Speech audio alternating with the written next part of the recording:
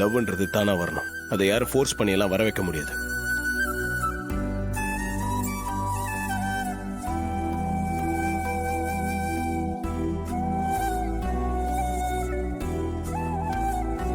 உனக்கு அவளை பிடிச்சிருக்குல்ல? ஆமா சார். நமக்கு ஒருத்தரை பிடிச்சிருக்குன்னா அவங்க எப்பவும் சந்தோஷமா இருக்கணும் தான் நம்ம நினைக்கணும். ஆனா நீ அவ லைஃபையே அழிக்கணும்னு பாத்திருக்க. அவ என்ன ரிஜெக்ட் பண்ணிட்டா சார். அதான் என்னால தாங்க முடியல சார். ஓ அப்படியா? ஏங்க இங்க கொஞ்சம் வாங்கலாம்.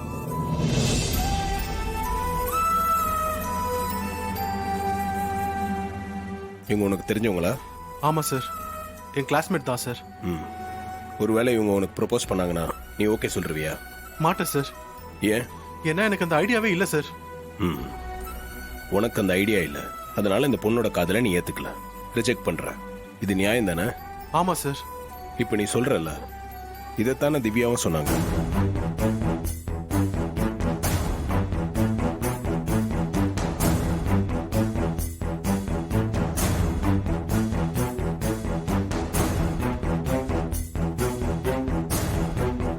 இவங்க ப்ரப்போஸ் பண்ணாங்க, நீ நோ சொல்லிட்ட.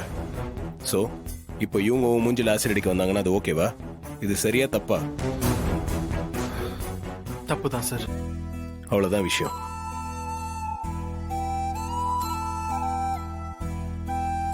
சரிங்க, ரொம்ப தேங்க்ஸ். நீங்க போங்க.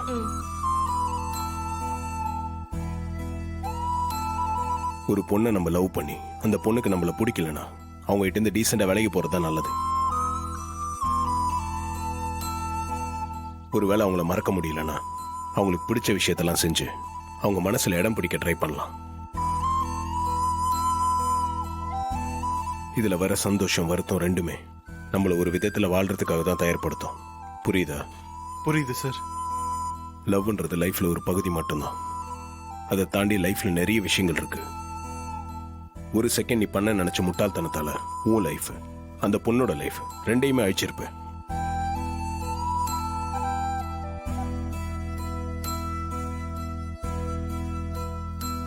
உன் அப்பா அம்மா என்ன பண்றாங்க? கூலி வேலை தான் சார் செய்யறாங்க. அவங்க கூலி வேலை செஞ்சு நீ கஷ்டப்படக்கூடாதுன்னு உன்னை காலேஜில் படிக்க வச்சிட்டு இருக்காங்க. நீ உனக்கான பொண்ணை இங்க வந்து தேடிட்டு இருக்க. அவங்க உன்னை காலேஜுக்கு அனுப்புறது நீ படிக்கிறதுக்காக. இப்படி ஒரு கேவலமான வேலையை செஞ்சு ஒருவேளை நீ ஜெயிலுக்கு போயிருந்தா அது உன்னை மட்டும் பாதிக்காது, உன் அப்பா அம்மாவையும் தானே பாதிக்கும்.